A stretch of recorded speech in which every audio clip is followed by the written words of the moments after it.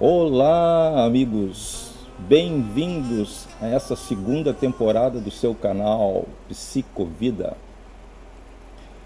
o canal da reflexão, da inspiração, como eu costumo dizer, o spa da sua mente. Hoje vamos trazer aqui uma pessoa. Eu procuro não dizer entrevista, porque eu procuro falar que é um encontro de amigos, todos que vêm aqui, né? É um encontro informal, porém com muita informação, né? Muito conhecimento, né? E hoje eu trago para vocês aqui uma pessoa que de muita estima, é do peito mesmo, né? E fizemos contato pela primeira vez em 1985. E de lá para cá, essa jornada toda, tivemos períodos de afastamento e reencontros, mas esses espaçamentos espaciais sempre nos mantivemos próximos do coração um do outro. Marco Janner graduou-se em Tecnologia em Biocombustíveis pela Faculdade de Tecnologia do Estado de São Paulo, a FATEC. Atualmente trabalha na Faculdade de Odontologia de Araçatuba, a Unesp, no laboratório do Departamento de Diagnóstico e Cirurgia, vejam só, onde é responsável pelos processos técnicos de pesquisa e de mestrado, doutorado e pós-doutorado dessas áreas, e atualmente eleito como membro do Conselho Universitário da Universidade, a Unesp no caso, né? Órgão máximo daquela instituição. Eu já participei de conselhos assim, né? E eu sei que este órgão está acima até do reitor, né? Porque se o conselho deliberar uma ordem, né, o reitor e demais subordinados, eles têm que acatar a ordem do conselho. Eu já participei de conselhos assim, né? Por isso ele é um órgão que está acima, né, da diretoria. E uma peculiaridade, o Marco, ele é músico e durante muitos anos atuou profissionalmente na cidade de Araçatuba e região em torno, né, no município onde reside. Todavia, o que trouxe o meu amigo Marco hoje aqui no nosso programa é outra atividade que exerce. Ele é pesquisador prático na área da psicologia, do autoconhecimento. Como você sabe, o meu canal ele é subtitulado, né, além de Psicovida, que faz referência à psicologia, ele tem o viés como atitude e comportamento. E hoje nós vamos estar enquadrados na atitude e no comportamento. Durante esse período, né, onde trabalhou com a psicologia do autoconhecimento, proferiu palestras durante muitos anos em várias cidades do Brasil, organizando grupos voltados a esse tema. Atualmente tem um canal no YouTube, depois vocês podem ver aí na descrição do vídeo. Vídeo, eu falei aqui, mas corrigindo, por enquanto o meu podcast ele não tem um canal em vídeo. Vocês vão, como já estarão escutando, né? Por enquanto ele é só áudio. Talvez brevemente eu abra um canal, aí já não vai ser mais podcast, vai ser o videocast, né? Por hora eu estou fazendo esses encontros experimentais, né? E futuramente talvez lançar um canal de videocast.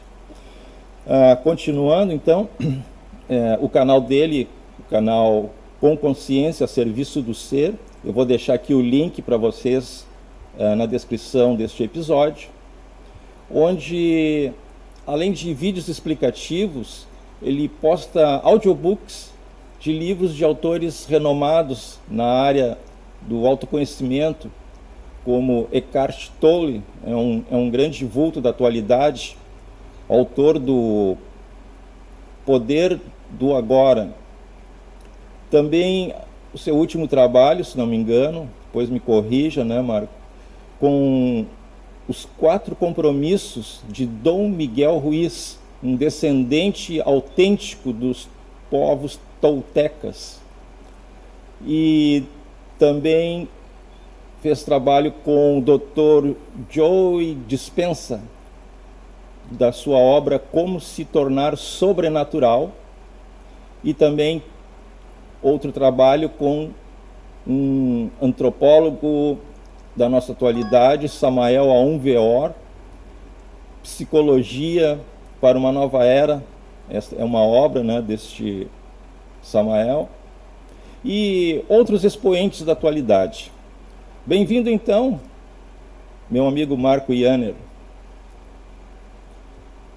Com muito prazer, estamos aqui, Mário, para dividir um pouco do que nós temos percebido e comprovado nessa jornada que a gente chama de vida. Na verdade, é com muita gratidão, e eu agora escuto você e vou procurar com todas as forças do meu coração transmitir um pouco daquilo que a gente tem experimentado e comprovado através disso que nós chamamos de consciência. Certo.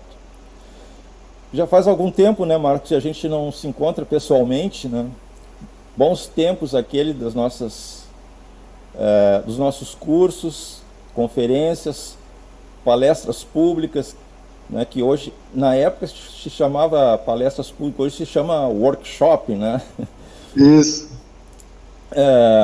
Mas, olha, tudo isso que eu falei aqui, todas essas atividades, né, haja tempo, né, para tudo isso, né? Como é que você faz para administrar todas essas funções, né? Tudo que eu vou relatar a respeito da minha história pessoal é única e exclusivamente para desmistificar uma série de crenças que nós temos a respeito de nós mesmos, e que é devido a essa autoimposição de limites que nós chegamos a não fazer muitas coisas que gostaríamos de fazer. No meu caso, por exemplo, eu sempre tive acesso, desde pequeno, sempre gostei da área de humanas, né? E logo cedo conheci alguns dos expoentes através dos livros, né? E como Freud, Jung, etc., e que me abriram algumas portas. Então eu sempre convivi com a área de humanas. Depois de algum tempo, bastante tempo, né?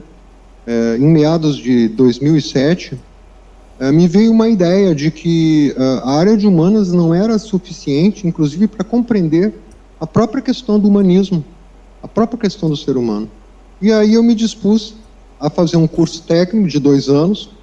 Esse curso técnico envolvia muita química, muita bioquímica, e, consecutivamente, logo em seguida, eu fiz a faculdade de biocombustíveis, onde, na verdade, eu tive uma série de conhecimentos voltados aparentemente para a área de exatas, mas isso só são classificações, porque o objetivo nosso é reunir esses conhecimentos em forma de síntese e observar dos dois lados, né, do hemisfério direito e do hemisfério esquerdo, da parte analítica e da parte sensitiva nossa, a realidade como um todo.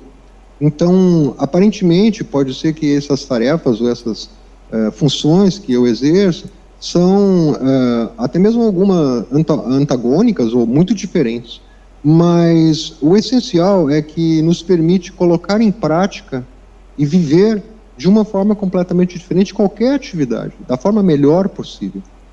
Então, como a gente vai conversar aqui, nós temos muitas habilidades que desconhecemos. E muitas vezes nós mesmos estabelecemos limites para conhecer essas habilidades. Eu gosto sempre de dar um exemplo que eu ouvi uma vez, e realmente é muito bom. Hoje eu compreendo perfeitamente. Mário e ouvintes, nós somos como alguém que tem mais ou menos, vamos supor, 10 milhões de dólares numa conta em um banco. E vivemos correndo para pagar a luz e a água e o aluguel da nossa casa. Essa comparação que nós fazemos, por ignorar a conta que existe no nosso nome, então nós vivemos essa vida limitada, por não nos darmos conta que possuímos tesouros inimagináveis e só depende de nós mesmos. Eles não estão distantes, eles estão muito mais perto porque eles estão dentro de nós. Então é essa, vamos dizer, a síntese, né, de todos esses conhecimentos que eu procurei aprender, mas sobretudo para colocar em prática o que é mais importante. E aí, mais no decorrer da conversa, eu vou fazer uma diferença clássica, que é muito importante, para que todos os ouvintes saibam exatamente do que está se falando, que é entre 3 coisinhas, e que nós confundimos totalmente elas: ser, estar e fazer. Eu compreendo, né, que essas funções, que elas estão à parte daquilo que a gente se propõe, como tu te propõe, que é o conhecimento, ou melhor dizendo, o autoconhecimento, elas fazem parte, que a gente pode até denominar, né, da nossa escola psicológica, né, porque quando a gente se confronta com a vida material, né, é aí que a gente tem a oportunidade de se autodescobrir. Eu creio que é por isso, né, que tu colocou assim, né, porque tu tem esses outros cursos que não tem nada a ver com o que tu mais está empenhado hoje em dia, que é realmente o autoconhecimento. Estou certo ou estou errado? Se trata de fazer a melhor maneira possível tudo o que fazemos. Isso está expresso, e aí aproveitamos para entrar em alguns assuntos, né? Dom Ruiz, por exemplo, esse audiobook que nós gravamos, né, e publicamos, que é um livro maravilhoso chamado 4 Compromissos, né, ou 4 Acordos, ele revela a importância de que tudo que fizemos ou fazemos devemos fazer de forma impecável, da melhor forma possível. Claro que há dias, você sabe disso, em que nós vamos executar uma tarefa e por estarmos cansados, etc., não conseguimos fazer o mesmo melhor do dia seguinte, mas sempre lutamos pelo nosso melhor, sem nos esgotar. Então, esse compromisso de fazer sempre melhor o possível é que vai fazendo nós entendermos que onde quer que nós estejamos, o nosso desenvolvimento material e espiritual andam juntos. É como a perna esquerda e a perna direita. Todavia, a parte material ela é muito limitada. E logo cedo, eu como criança percebi isso, e muitas pessoas perceberam isso, que ela é limitada, ela chega um momento e dali para frente não vai, porque é um universo, mas é um universo limitado. E é aí que nós começamos a compreender que existe algo ilimitado dentro de nós. Isso que tu falou, né, da criança, né, quando criança você percebeu, vai quase de encontro à minha outra pergunta aqui, né, que seria assim: quando você começou a se interessar por esses assuntos transcendentais? Então foi de tenra idade já, então. Eu me lembro, você sabe que a memória, e aí tudo que eu vou exprimir aqui, ou vou falar para você e para os nossos ouvintes, é fundamental que nós não adquirirmos uma posição de polaridade, de ser contra ou a favor. Uma das coisas que tenho aprendido, até de forma recente, né, é que devemos receber as informações e deixá-las penetrar no mais profundo de nós mesmos, para que então haja realmente aquilo que a gente chama, usando uma palavra bioquímica, né, metabolização. Em nós existem muitos filtros mentais, e nós vamos falar sobre isso, as nossas limitações, nossas crenças limitantes, e elas não permitem que esse alimento que nós recebemos em forma de palavras, de música, ou seja lá do que percebemos, chegue aonde tem que chegar, que é na consciência. Então, na frente da consciência estão esses filtros. Então, eu vou dar uma explicação rápida, né, de como isso aconteceu. É apenas uma experiência. Muitos de nós já passamos por essas experiências e às vezes não nos lembramos. Mas o fato é que, quando confrontado com a literatura religiosa, né, quando eu tive acesso, já com 12 anos, 11 para 12 anos, a literatura religiosa que a minha família tinha e professava, ou dizia que professava, né, eu fiquei maravilhado. Realmente é algo assim estupendo. Por quê? Porque li com o coração e a compreensão chegou.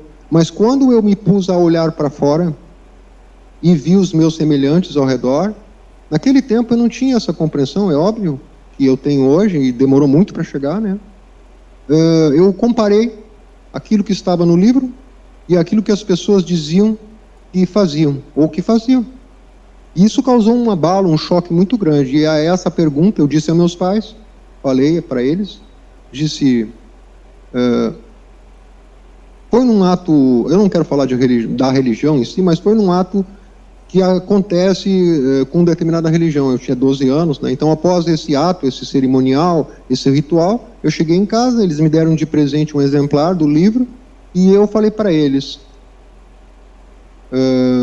eu li. E a partir de hoje, eu guardei no meu coração. Eu vou guardar esse livro, porque um dia eu vou descobrir o significado mais profundo dele para a minha vida. Porque, diante dessa situação, só tem duas escolhas. Ou esse livro é completamente mentiroso, ou todas as pessoas que dizem, que professam essa religião são mentirosas. Então eu preferi não ter a resposta na hora. Mas daquele dia adiante, falei aos meus pais que nenhuma vez mais eu iria frequentar qualquer espécie de religião, por força deles. E que se eles tentassem me obrigar, eu simplesmente não iria. Eles podiam me bater, coisa que eles nunca faziam, mas falei para eles. Eles ficaram muito assustados, tá? Realmente muito assustados. Eu com esses olhos aqui de criança, loirinho, falando, tinha pouco mais de 1 metro de altura. E falei para eles que não iria mais. E nunca mais eles me obrigaram ou sequer me convidaram para ir a qualquer lugar que eu mesmo não quisesse.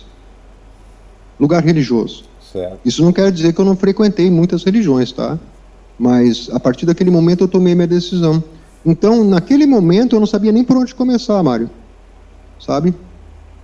Então aí a vida oferece a nós, e nós temos a oportunidade de aprender e escolher. E essa escolha é constante, embora a gente não se dê conta. É tudo aquilo que a gente permite diariamente a nós mesmos, é realizada a escolha. Algumas vezes na vida nós escolhemos realmente assim, não vou mais fazer isso, e aí lutamos para não fazer. Mas a maioria das nossas escolhas são inconscientes. Bom, nessa jornada, né, a caminhada ela é árdua, né, e longa, né? Tu deve ter passado por várias entidades filosóficas, religiosas, por que não, né? Foi por aí que você começou seu trabalho, sua pesquisa, digamos assim? Ou tu ficou detido somente na literatura? Depois de anos, eu compreendi que aquilo que verdadeiramente nós somos está mergulhado dentro de um porão, guardado a 7 chaves. Isso é expresso numa criança de 2, 3 anos. Ela tem todas as potencialidades e ela, como uma flor, está se abrindo para o mundo, exalando seu perfume maravilhoso.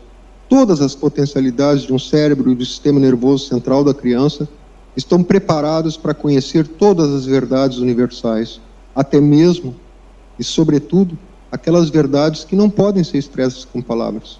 Mas nós vivemos numa civilização e, por herança, nós recebemos aquilo que os toltecas chamam de domesticação. Assim como o cachorrinho ou a cadelinha ensina seus filhotes a serem filhotes e responderem aos estímulos do meio ambiente e do que os cerca, né, de uma determinada forma, o ser humano elaborou uma série de leis e conceitos e ideias que nasceram, Mário, milhares de anos antes de nós aparecermos na Terra. E tudo isso é depositado através das palavras, dos exemplos e daquilo que a criança percebe quando vai se desenvolvendo. Um ponto crucial no desenvolvimento da criança, e eu diria um ponto limitante, é quando ela começa a conversar consigo mesma. O aparecimento da voz interior, essa voz interior, Mário, que você tem na tua cabeça e que eu tenho, e às vezes são várias, essa voz interior, ouvintes, que fica falando enquanto você está dirigindo o carro, enquanto você está varrendo a casa, enquanto você está vendo as pessoas, essa voz que fala muitas coisas. Pois então, o aparecimento dessa voz é praticamente o cume ou o limite do desenvolvimento espiritual de uma criança. A partir daquele momento, através do exemplo dos demais, a criança desenvolve isso que é a segunda natureza dentro dela. E ela vai adotando como lei e como crença, nesses primeiros pensamentos expressados, a base de toda a sua psicologia. A partir daquele momento, ela vai erguer o edifício dela, como se diz literalmente, baseado nessas primeiras, entre aspas, verdades, que na verdade não são dela, mas que foram transferidas para ela pelos pais, pelos amiguinhos, pelos professores e pela religião.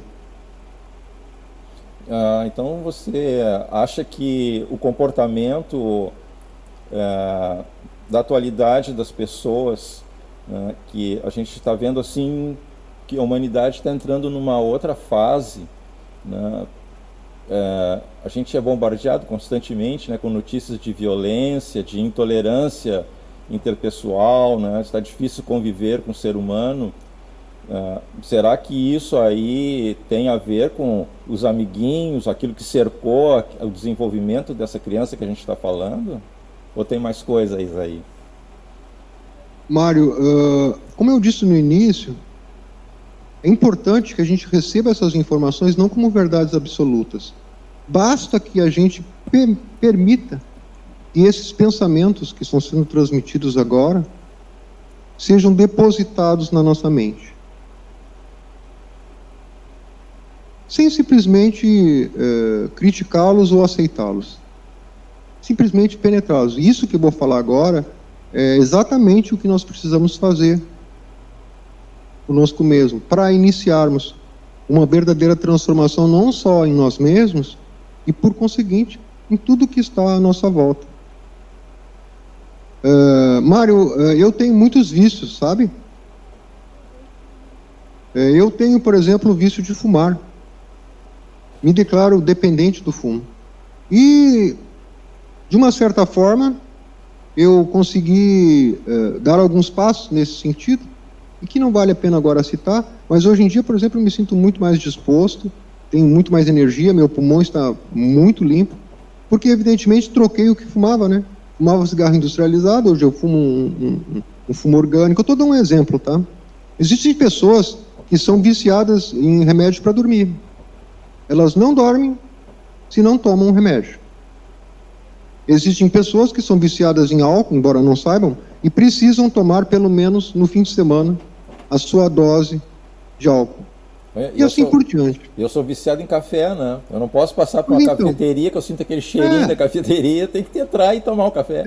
Eu também gosto de café. Eu, por exemplo, percebi, depois que eu fiquei um tempo sem tomar, que o café é ótimo, só que ele tem que ser regulado também, né? Porque ele me deixava picando, literalmente, né? E muito da minha ansiedade era alimentada pela cafeína no sangue, né? Então, eu queria me acalmar e fazer as tarefas, vamos dizer assim, conforme eu tinha planejado, e eu não conseguia, porque a intensidade com que batia em mim a adrenalina e outros hormônios, né, que nós fabricamos, era muito forte. Então, eu tive que começar a cortar a quantidade, né? Hoje eu tomo, por exemplo, de manhã e à noite. De manhã e noite, e à tardinha ali, antes de sair do serviço, aquele horário ali. Mas, voltando, o que é que eu estou querendo dizer com isso? Pode parecer chocante, tá? Essa ideia. Mas vocês vão entender, você vai claramente entender, os nossos ouvintes vão entender o que eu quero dizer. O maior vício do ser humano é pensar. E é exatamente porque é o maior vício, nós não nos damos conta disso. Nós hipervalorizamos o pensamento e somos escravos dele. Não digo, e nenhum mestre afirma, que a mente não seja útil. Ela é muito útil, sobretudo para a comunicação e para aprendizado de coisas nos quais nós precisamos garantir nossa sobrevivência. Muitos conhecimentos nós adquirimos através do ouvir e do ler e do ver, é óbvio. Contudo, nós nos tornamos escravos da mente.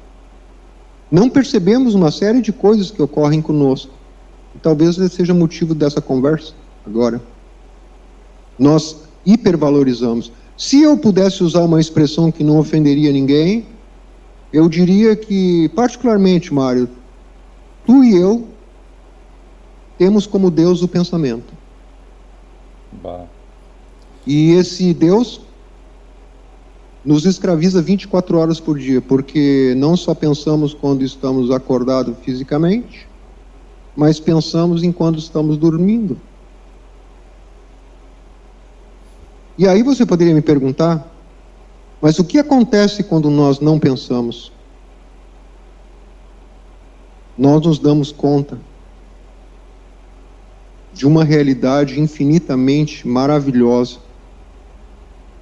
que existe dentro de nós. E essa realidade, eu gosto de chamar de ser. Experimentar o ser é algo que transforma a nossa vida. E por isso é tão importante, por exemplo, seja qual for a técnica, nós começarmos a fazer alguma espécie de meditação que leve ao silêncio mental.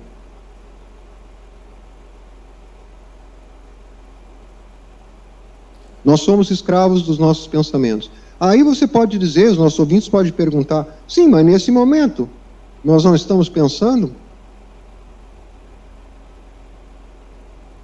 A mente é uma forma de transmissão de conhecimento. Quando nós aprendemos a sentir em nós o silêncio, a sentir um pouco do ser, quando nós vamos falar, como agora eu estou falando para você, eu simplesmente abro minha boca e as palavras saem. Eu não estou pensando em nada do que eu estou falando. Sabe por quê? Porque essas palavras já estão dentro da mente. Mas é o silêncio interno que propicia que o pouco que o ser ainda manifesta em mim, e manifesta em ti, Mário, possa se expressar. A diferença do ser se manifestando, e a mente apenas se manifestando, é que nós poderíamos falar aqui 50.000 horas a respeito desses assuntos, e isso não tocar o coração de ninguém. Apenas servir como um acréscimo a mais, como alguma coisa assim, como um catálogo ou um dicionário. Algo frio, Sim. que não faz diferença nenhuma para a vida das pessoas. Sim, porque tem que ser a prática, né, que vai tocar a pessoa. É que nem a pessoa, né, ela sabe que a energia elétrica existe, né, é uma forma intelectual de tu conhecer a verdade. Mas no momento que você leva um choque num aparelho qualquer, aí a pessoa transcende esse intelecto, né? Eu acho que eu penso assim, né? O que a gente está falando aqui não vai atingir a parte teórica, mas se a pessoa comprovar isso do silêncio, ela vai comprovar na prática. É isso que quer dizer, né? Mário, o estado de consciência relacionado ao ser vai muito além das palavras. Então, quando um de nós se conecta ao ser, o que tu ouve aí, na tua cabeça, são palavras. Contudo, a força da emanação do ser para o ser, do meu coração para o teu coração e para todos os ouvintes, algo entra e acorda esse ser que está dormindo aí. E acorda os seres que estão ouvindo. Acorda em que sentido? Ah, mas espera aí. Eu nunca me dei conta que eu sou viciado em pensamentos. Como vou fazer para parar de pensar? Aí começou a caminhada. O início da jornada é quando nós ouvimos falar que existe a felicidade. E ela está muito menor a distância que meu braço alcança. Ao contrário. Eu diria que está assim a alguns centímetros de distância de nós para dentro. E quando nós percebemos isso, nós começamos a buscar. Como que eu faço para chegar a isso? Porque, Mário, nós somos ensinados pela domesticação, por essa educação, que ser feliz é ter um carro novo. Então eu luto 40 anos para comprar uma caminhonete de 250 mil reais. Gasto toda a energia do meu corpo físico para ter uma caminhonete de 250 mil, uma casa maravilhosa, tudo que a sociedade diz que é bom ter feliz. E sabe o que acontece? Nós pegamos a caminhonete, andamos um pouquinho, e de imediato nós perdemos a sensação de felicidade, porque vem pensamentos na cabeça. Vou ter que fazer um seguro. Olha o preço do IPVA. O cara vai me dar uma fechada, vai bater no meu carro. Não posso deixar do lado de fora que alguém vai roubar. aí a felicidade se esvai. Não que o objeto material não possa conduzir a uma porta de entrada para um estado mais feliz. Pode, mas é só a porta de entrada, porque imediatamente a mente fecha a porta e nós não percebemos mais aquele estado. E é muito comum nós trocarmos de carro, até mesmo trocarmos de casa. Não estou feliz com a minha esposa, troco de esposa. E assim por diante. É porque esses só são fagulhas de felicidade, né? Aos poucos, Mário, nesse caminho, nós compreendemos que a verdadeira felicidade independe das condições externas. E até mesmo uma coisa maravilhosa, sabe, Mário?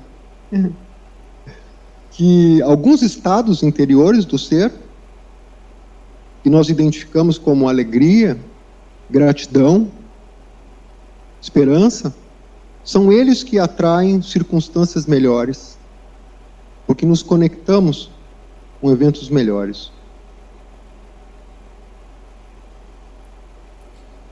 Marco, agora para assim, uma coisa assim mais objetiva, né? Porque a gente está percebendo que isso que tu estás falando, né?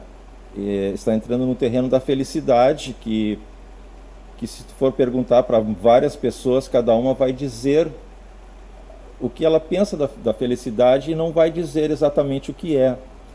Mas se tu comprovou, né, e são esses momentos de quietude da mente, deve haver uma técnica, né, que a gente podia passar para as pessoas mais interessadas, porque quem busca o meu canal, que é da área da psicologia, né, quer entender essa psicologia, né? Porque a maioria das pessoas, principalmente hoje, ou ela anda aflita, ou ela anda desligada, né, e está pouco se preocupando com o que está havendo. Poderia dizer assim alguma técnica para que a gente possa alcançar esse no início eu sei que vai ser pequeno, né, esses momentos de felicidade, até que a pessoa torne isso uma prática habitual, né? Existe então uma técnica mais assim, dar assim para uma pessoa que está iniciando nesse caminho, que eu acho que muitos devem querer, né, praticar. Tu disse que a meditação é um caminho também, né, mas assim para o dia a dia, em termos práticos, né, o que tu poderia dizer para nós? Muito boa a tua pergunta, Mário. Antes de tudo, nós temos que enfrentar algumas ideias que temos a respeito de nós mesmos e da nossa vida. Essas ideias vieram de fora e foram semeadas na nossa mente.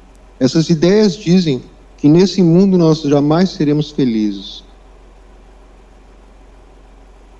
Essa é a primeira ideia que devemos analisar com calma. Da onde surgiu e por que pensamos assim.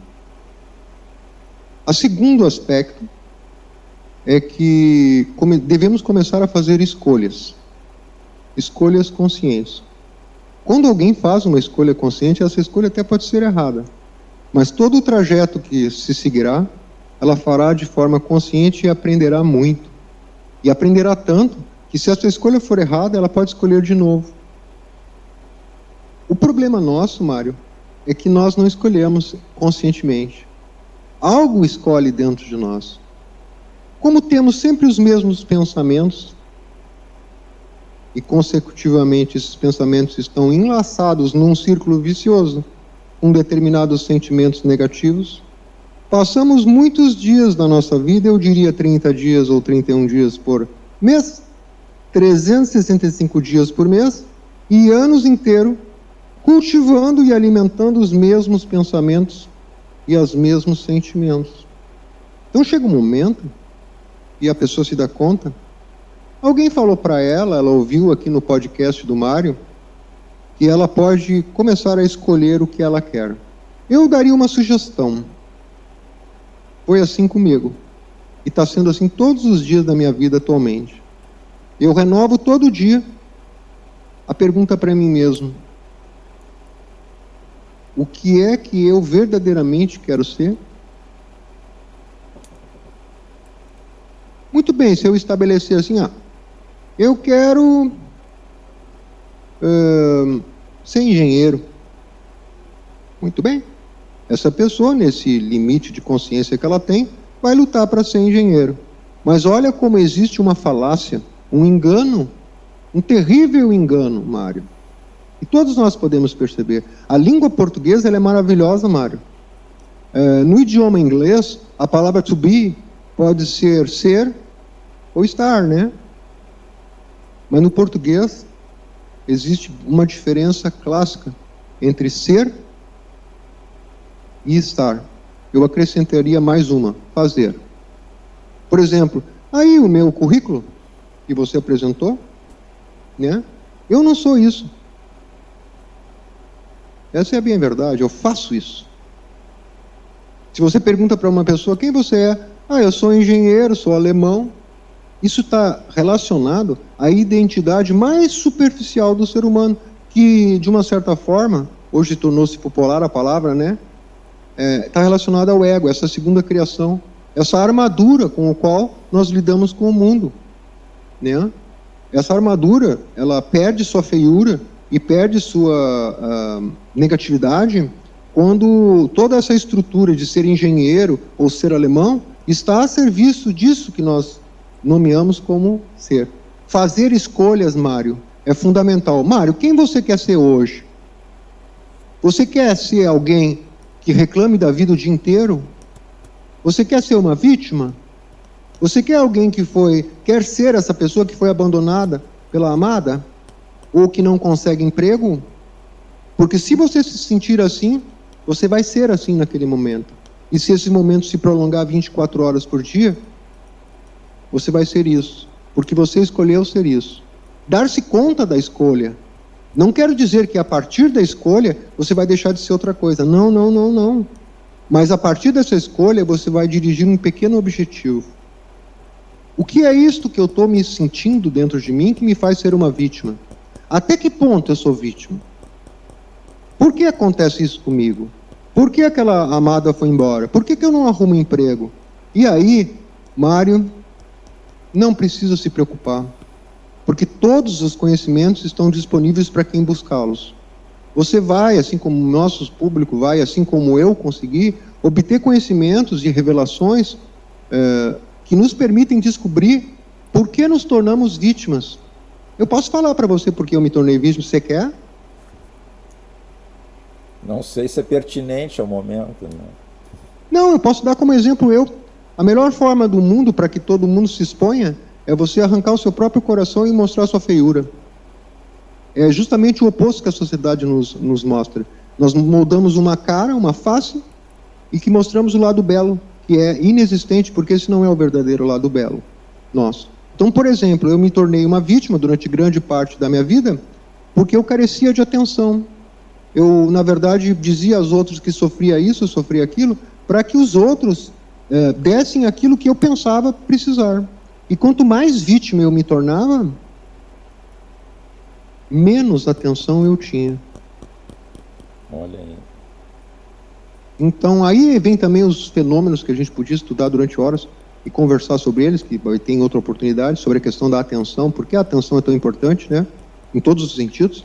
Mas, de qualquer maneira, quando nós nos defrontamos com essa imagem de nós mesmos sendo vítima, os leitores, os ouvintes e você não precisa acreditar no que eu estou dizendo agora. Mais uma vez eu digo.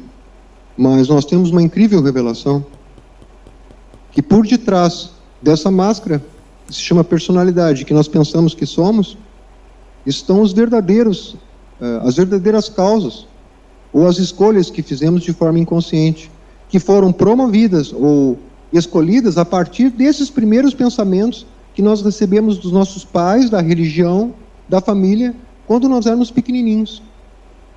Na verdade, nós escolhemos sermos vítimas e sofrer muitas das coisas que estamos sofrendo de forma inconsciente, mas nós não nos damos conta disso. Nós pensamos que é o mundo, que o mundo é injusto, que o mundo é feio, né? E que as pessoas não gostam de nós porque são malvadas, porque não pensam da mesma maneira que nós. Né? Muito do certo e errado, Mário, que nós temos na mente é fruto simplesmente da concordância. Tudo que nós concordamos para nós é certo. Tudo que discordamos é errado. E a partir daí vivemos a nossa vida. Quando nós fazemos essa revalorização, nós compreendemos que essas duas polaridades de certo ou errado estão muito fora do lugar. E é essa crença que nos limita. E isso é uma coisa extremamente individual, tá, Mário? Pode ser que eu tenha uma crença a respeito do vitimismo e você tenha outra completamente diferente de acordo com a tua experiência, né? Mas todos nós, de uma maneira geral, temos esses personagens dentro. E aí é que entra essa multiplicidade que nós ouvimos falar na psicologia, que se chama ego. Tá, a gente vai chegar aí, vamos chegar aí. Pode? Eu só quero fazer um parênteses aqui, que eu compreendi perfeitamente a tua experiência, né, a tua explanação, e eu vou dar isso com um exemplo que eu vivi pessoalmente. Eu também trabalho numa instituição educacional, né, numa escola. Atualmente eu estou numa escola de ensino médio. E aconteceu um incidente com uma professora lá. Ela se desentendeu com alunos dentro da aula, onde ela estava dando aula, e depois se desentendeu com um aluno que queria entrar, um aluno que não pertencia àquela turma, estava forçando a entrada na turma que não era dele. E ela disse, não, o seu período é o próximo, não é agora. E ele insistiu, não, eu quero entrar, né? E ela disse, não, você não vai entrar. E aí ficou aquele bate-boca, entra, não entra, não entra. Afinal das contas, ela perdeu completamente o controle, pegou suas coisas e saiu chorando. E aí, lógico, as colegas, né, acudiram, e ela contando as experiências dela. E depois eu estava na sala dos professores e ouvi ela contando esse incidente, mas ela chorava, e tinha momentos a gente via perfeitamente que ela ficava irada, com raiva até daquela situação, e eu tinha uma certa proximidade com essa professora, eu conhecia ela, conhecia um pouco da vida dela, e aquilo me doeu, eu colhi a dor dela para mim. Fiquei também triste porque eu não podia dizer nada para ela, porque a gente conversava tanto, né? E inclusive ela, né, budista, um budista era para ter controle sobre esses processos, né, interpessoais, né, de relacionamento com o ser humano, mas ela perdeu totalmente o controle, né? Era um desfile assim, né, dessa multiplicidade que tu vai entrar agora aí, né? Tá, aí eu saí daquele momento ali, e a minha chefe me pediu para buscar algo num lugar, eu não recordo agora. Aí eu saí para a minha chefe, né, cumprir com o que ela me pediu, e eu fui obrigado a passar uma loja até de roupas, e todos os dias eles botam um tipo de um quadro negro, parece até de criança, né, escrito a giz, e nesse quadro estava escrito assim, né, felicidade é uma questão de ser. Digo, pá, mas aquilo foi uma tijolada na minha cabeça. E eu entendi assim, né, que você só sofre, você só é infeliz se você escolher. Tu falou agora ao mesmo tempo, agora nessa última resposta, tu diz que é uma questão de escolha. Ou você sofre, ou você tem outro tipo de postura. E eu vi que lá dentro, enquanto eu estava vendo o depoimento dela, eu estava sofrendo, mas eu podia escolher em não sofrer. Pois foi ver aquele quadro na rua, né? Felicidade é uma questão de ser.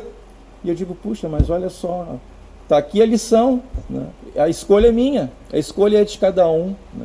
Então eu compreendi perfeitamente o que tu falou, né? Por ter já vivenciado isso, né? Mas Mário, essa escolha, sabe, ela tem diversos níveis. Então, por exemplo, é bom sempre formalizar, né? Como um contrato de casamento que a gente assina no cartório, né? Então, a gente, por exemplo, numa determinada noite, antes de dormir, ou mesmo de manhã, um pouco mais cedo, né? A gente formaliza isso verbalmente. Quem é que eu quero ser? Eu quero ser a melhor forma de mim mesmo? É isso que eu quero ser? E isso vai me trazer tudo que eu preciso, material e espiritual? Eu quero ser a melhor forma, eu quero ser a melhor forma de mim mesmo. Muito bem. Começamos uma formalização. Acontece, Mário, e isso é como uma plantinha e as ervas daninhas. O nosso terreno, a nossa área de cultivo, eu gosto muito dessa palavra atualmente, Mário, cultivo.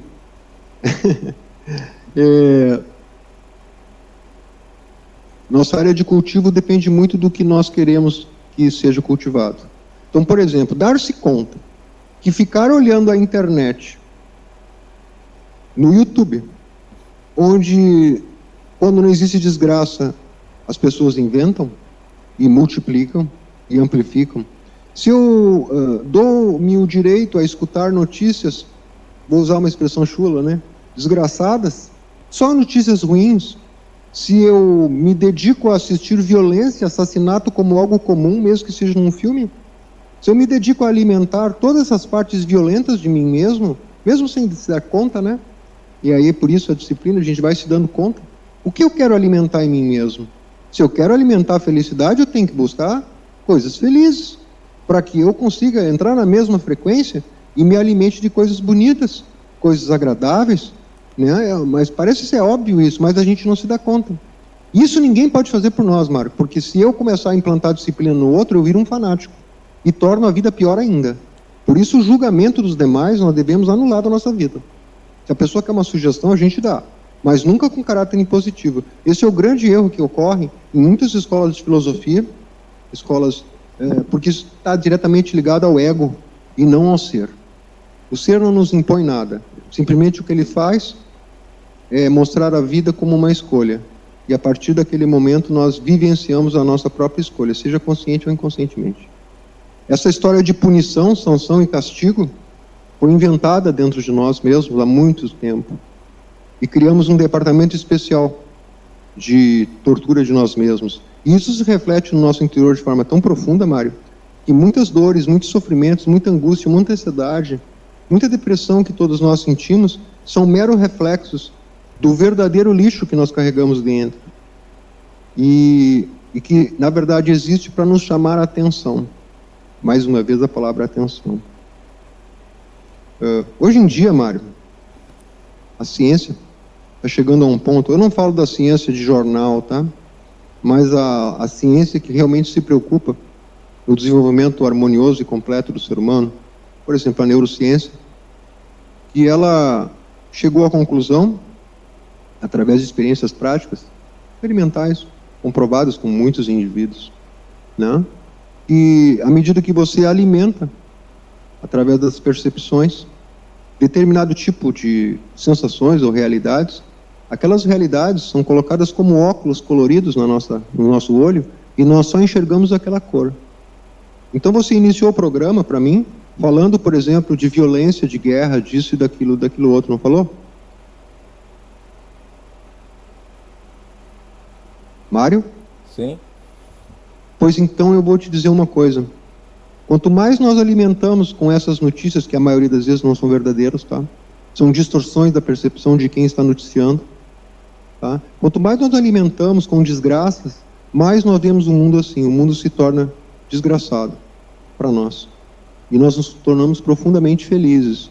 Então, uma das formas de não nos contaminarmos mais é bloquear o vírus. Esse vírus mental que temos acostumado a desenvolver e que necessita de toda essa quantidade enorme de coisas negativas. Mário, eu me dei conta, depois de anos, mais de 30 anos, o quanto negativo eu era.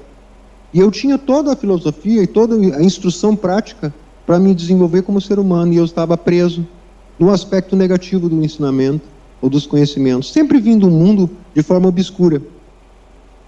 Aí, você sabe que o ser nunca nos deixa sozinho, basta que a gente entre em silêncio para que ele nos mostre o que nós precisamos fazer. Pois então, num dia desses, me veio a imagem do copo cheio, metade cheio, metade vazio. Você conhece, né? Conhece? Não estou lembrado. Um copo meio cheio e um copo meio vazio. Quando nós olhamos para as coisas e vemos os aspectos negativos delas, eles se sobressaem, nós esvaziamos o nosso copo. E a partir daquele momento nós só começamos a ver coisas negativas em tudo. Até mesmo na pessoa que nós amamos, aumenta consideravelmente a nossa capacidade de julgamento e crítica destrutiva. Tudo. Inclusive, obviamente, a nós mesmos. Nos vemos como uns trastes, como um lixo humano, como alguém que não alcança nenhum objetivo. E aí me foi mostrado também, pelo entendimento, que existe uma parte sempre com um pouco d'água. Quando nós focamos nessa parte do copo com um pouco d'água, quer dizer, quando nós conseguimos enxergar algo de positivo naquela realidade, o copo começa a encher. Ele enche tanto, Mário, que nós compreendemos que esse espaço vazio é uma ilusão, e que só existe porque estamos presos nessa ilusão. Uma vez que o copo transborda, todas as pessoas que têm contato conosco, sejam elas negativas, positivas, budistas, cristãos, maometano, ateu, não importa. O que elas sentem dentro delas é a água que está transbordando do nosso copo. Essa água é a luz do ser. Então toca nelas e elas começam a ver a gotícula de água que existe no copo vazio delas. E quando você foca nessa gotícula, seja uma gotícula mesmo, ela começa a crescer e você compreende que a alegria, a beleza, a felicidade sempre estiveram presentes.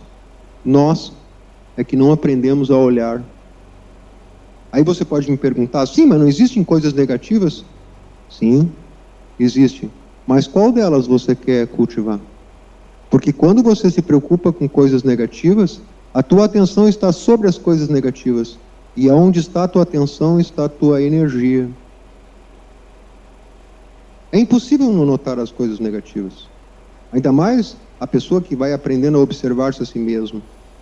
Ela nota claramente o que é negativo dentro dela. O problema é que a nossa mente nos engana. E ela classifica algumas coisas de positivas e outras de negativas. É muito simples. Chegar a esse entendimento prático só é possível quando nós, todos os dias de manhã, como foi falado, nós pronunciamos: quem é que eu quero verdadeiramente ser? Eu quero ser feliz? Porque é um direito do ser feliz. É um direito. Deus deu isso como herança para nós. Esse Deus que nós conhecemos, ou que pelo menos pretendemos conhecer, é uma herança. Agora, toda a espécie de infelicidade, sofrimento, só existe em nós porque nós acreditamos neles. E trazemos para dentro toda a dor, toda a angústia e toda a ansiedade, semeamos no nosso cultivo e ele brota como erva daninha. Aí chega um ponto da nossa vida, Mário, que a gente olha ao redor e pensa: nossa, onde eu fui parar? Eu preciso beber 1 litro de cachaça para dormir? Eu preciso tomar quantos comprimidos de diazepam? Eu preciso me estressar para conseguir o dinheiro para pagar minhas dívidas? Para pagar a faculdade do meu filho? Onde eu fui parar? Essas crises são muito importantes, tá? Mas se nós formos sinceros conosco mesmo, nós encontraremos as respostas. Eu tenho a impressão, né, que o ser humano ele tem suas preferências. Eu já vi pessoas, né, que curtem, né, como nós chamávamos, né, na nossa mocidade, né, dor de cotovelo. Não sei se ainda se usa essa expressão, né? Eu já estou com mais de 60, né? Muitas expressões que eu uso, a minha filha me corrige às vezes, né?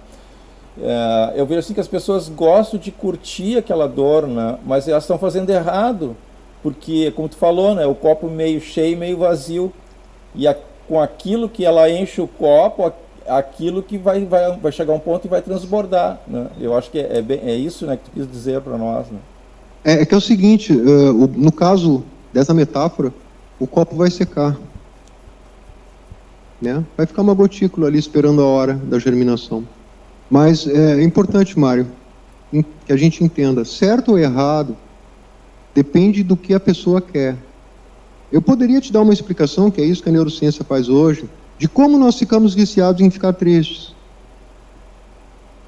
Hoje é perfeitamente possível provar a nível neuronal que determinados neurotransmissores que produzem hormônios específicos em algumas glândulas, por exemplo, que montam o nosso padrão diário, que é repetitivo, é a sustentação bioquímica de todo o nosso comportamento.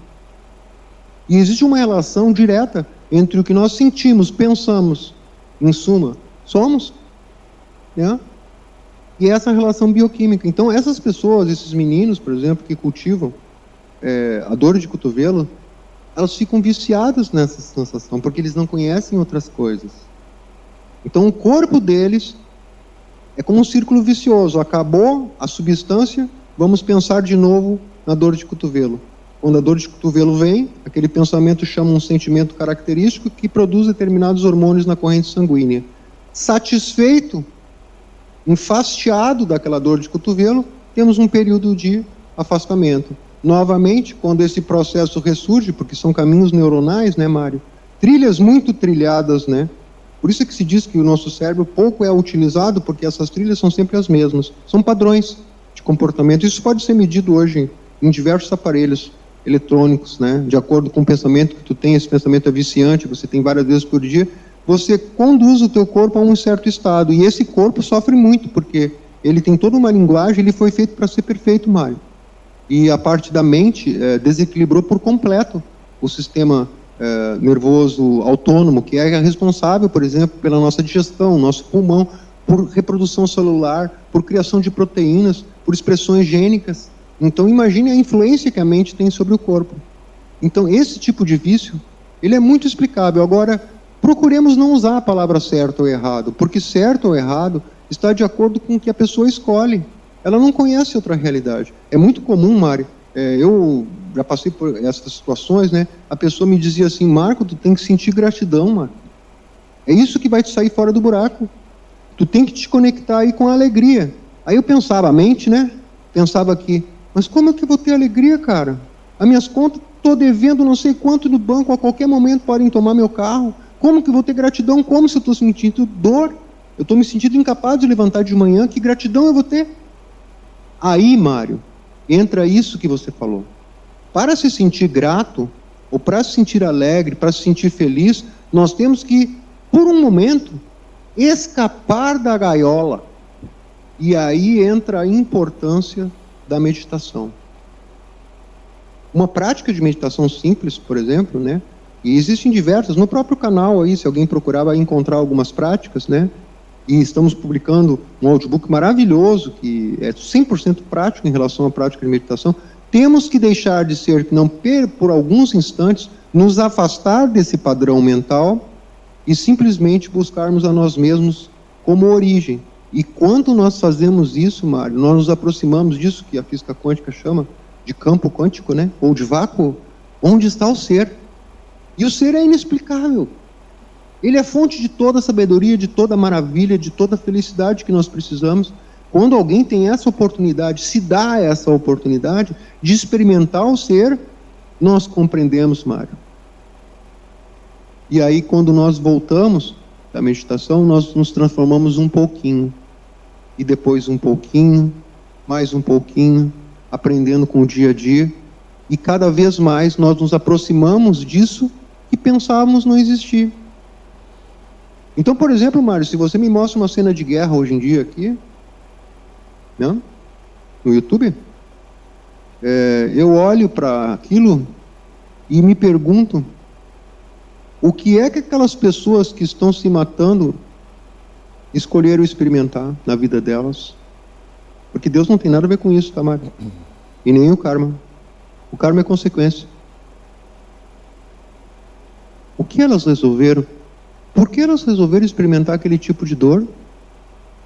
Quando elas resolverem essa questão, a guerra acaba. Então é uma questão de escolha. Podemos escolher conscientemente ou inconscientemente.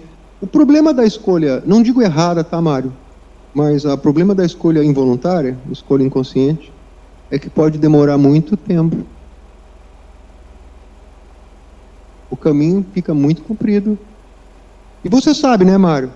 Quando a gente tem uma dor de dente, de madrugada, a 1h da manhã, e a gente tem que esperar o dentista abrir às 7h30, essas 6h30 vão parecer uma eternidade. Então, quando nós deixamos a vida, ou nós mesmos, de forma involuntária, fazer a escolha, essas dores, esses sofrimentos que vão proceder à nossa escolha, podem durar muito tempo, sem necessidade alguma. Então, aquela máxima que as escolas esotéricas passam para nós, né, que a solução dos problemas não está fora, está dentro. Então, essa máxima aí está certa. As soluções estão dentro de nós. Mário, eu vou te responder isso de duas formas. A primeira delas, sim. A segunda delas, à medida que nós avançamos, e é preciso saber disso, não existe mais o fora e o dentro. Existe apenas uma coisa: o ser. Tudo que vemos na nossa vida diária, tudo, absolutamente tudo, é igual ao que vemos quando dormimos e estamos sonhando. A diferença que existe aqui na vida diária, quando estamos acordados, é que esse corpo físico estabelece regras rígidas, padrões neuronais muito rígidos, e eles não saem desses padrões, a não ser quando dormimos. Quando dormirmos, esses padrões já não são os mesmos. Então pulamos muitas vezes de cenas de sonhos para outros sonhos, outros sonhos, outros sonhos, outros sonhos. Eles não são de forma contínua. A nossa mente aqui está baseada em um cérebro físico que foi ensinado a pensar as coisas ou sentir as coisas de forma linear. Passado, presente, futuro. Nós estamos presos nessa ilusão. Então, primeira resposta, sim, tudo está dentro, a solução está dentro. Mas não só dentro, porque fora também. Fora também porque isso que agora mesmo nós estamos conversando pode ajudar a milhares e milhares de pessoas a se libertarem das seus grilhões, das suas correntes. Então, de fora também vem a solução. Mas, olhando mais de cima, como se subíssemos do planeta e vamos em direção ao céu. Não existe o dentro e o fora. E isso, de forma muito sábia, os toltecas nos afirmam que quando esse povo esteve presente no México, alguns sábios se deram conta de que todas essas coisas que conversamos eram reveladas logo após esse processo que nós chamamos de morte física. Então existe, segundo os toltecas, uma explosão de consciência na hora em que as bases bioquímicas e fisiológicas e bioelétricas do nosso cérebro param de funcionar. E a consciência explode e se expande. E a pergunta que eles fizeram é o seguinte: por que esperar morrer para obter essa expansão? Sim. Essa expansão pode ser adquirida, por exemplo, com a meditação, né? E ela vai até um certo momento, até os nossos limites, e depois disso nós compreendemos que é preciso abrir mais limites, mais limites, mais limites, de tal forma que nosso dia a dia passa a ser completamente diferente desse dia a dia cotidiano e aparentemente rotineiro, nos quais nós nos sentimos sempre os mesmos. Me fez me lembrar até uma máxima, né, que diz assim, né, o reino dos céus se tomam por assalto, né? Quer dizer, nós podemos fazer isso através das nossas escolhas, então. Nós sempre, outra coisa, tá? Isso nós poderíamos conversar durante horas especulando a questão filosófica, mas não é o nosso objetivo aqui. Existe uma visão que o cérebro está preso, nossa capacidade mental atual, tá? Essa nossa mente aqui dominada pelo ego, que ela sempre estabelece o plano dual, preto e branco, certo ou errado. Ela sempre baliza em forma das informações que recebeu lá atrás na memória, voltando a criança de 2 anos, 1 ano, tá? Então nós sempre balizamos dessa maneira, né? Entre a polarização, entre a dualidade, né? Quando a gente começa a entender o funcionamento da dualidade em nós, essas crenças elas vão sendo derrubadas uma a uma. E com muita sabedoria diz o Dom Luiz que a verdade é imortal. Então, se alguém aqui quer descobrir a verdade, existe um caminho, Mário. Você sabe qual é o caminho? Um só. O caminho mais fácil. Olha, eu tenho a minha teoria, né? Não, se expresse, vamos trocar aqui. Para você descobrir a verdade, é só vivenciando aquilo, né? Como é que se vivencia? Né? Experimentando. Como é que se experimenta? Uma opção, né, seria a própria meditação. E com ela você pode comprovar muitas verdades. Né? E destruir muitas mentiras. Você já me destruiu uma máxima aí que eu tinha, né? que a resposta não está dentro nem fora. Você destruiu. A única coisa que eu fiz foi apontar para ela. Mas tu derrubou ela, literalmente, né, cara? Sabe uma coisa maravilhosa? Parece ser muito simples, qualquer pessoa pode fazer e entender. É que a verdade é imortal. Ela sempre existirá. E as mentiras... as mentiras, Mário. Caem por terra. Elas têm um medo terrível que nós descobramos que elas são mentiras. Elas se disfarçam de verdade. Através dos nossos conceitos. Sim. E elas ficam ali firmemente impedindo que a gente sequer olhe para elas. Quando a consciência começa a olhar para elas de forma reflexiva, mas por que eu penso assim? Por que dinheiro não nasce em árvore? É aquela expressão, né? Sim. Mas por que eu tenho que ser pobre? O que tem a ver ser pobre com desenvolvimento espiritual? Mas que coisa louca. Por que eu tenho que me desenvolver e tenho que sofrer? Sofrer, que eu digo, é aquela expressão, eu estou sofrendo muito. Nossa, eu sou, porque eu mereço. Por engano, Mário. Esse é mais um personagem que nós adquirimos porque foi nos dito, ou nós entendemos assim, que ninguém chega, entre aspas, ao céu sem sofrimento. Mário, eu particularmente cheguei a compreender que isso é uma mentira. O sofrimento sequer existe. Nós criamos ele. Porque assim foi nos dito. Compreende? Sim. É muito mais embaixo. Então, quando, por exemplo, na Bíblia, por exemplo, nós olhamos lá, uma frase famosa, né? No início era o Verbo, e o Verbo estava com Deus. E foi dito, faça-se a luz, e a luz foi feita. Aí são duas expressões que envolvem uma série de conhecimentos práticos, Mário. Primeiro, temos que abrir vigilância completa sobre tudo que falamos, sobre tudo que pensamos de nós mesmos, dos outros e do mundo. Aquilo que nós falamos realça a ilusão e nós estamos presos.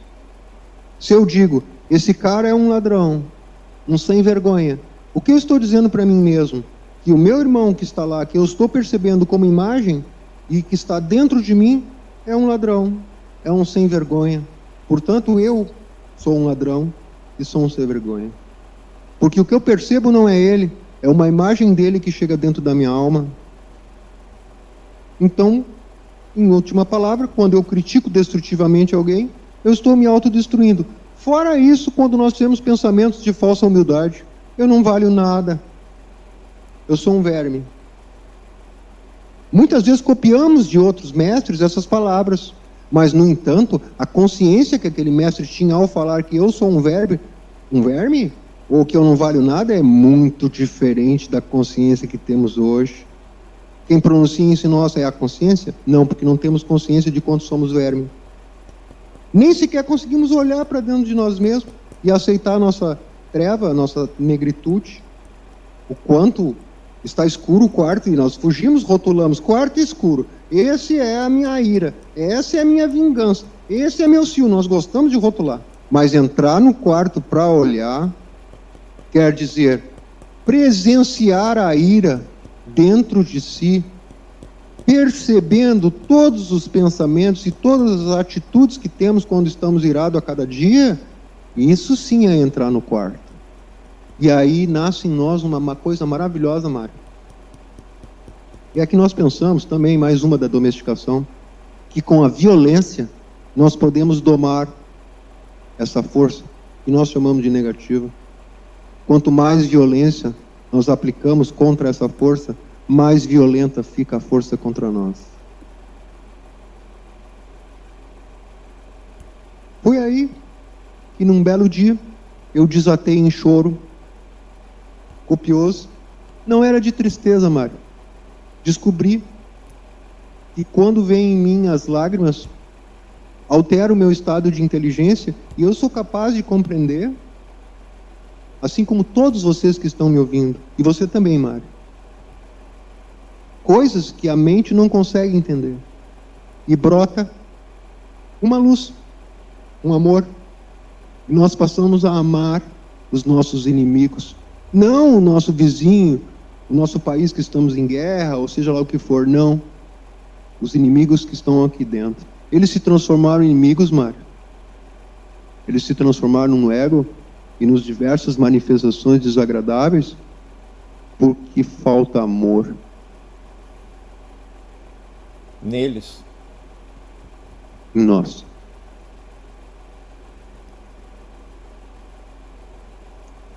Esse amor, Mário, nós conseguimos, sabe como? Por exemplo, acostumamos a perceber que entre um pensamento e outro pensamento tem um espaçozinho assim, ó. Isso alguns chamam de presença. Quando nós conseguimos perceber o intervalo entre uma palavra e outra, um pensamento e outro, foque no intervalo. Sabe esse silêncio entre as palavras? Isso é presença.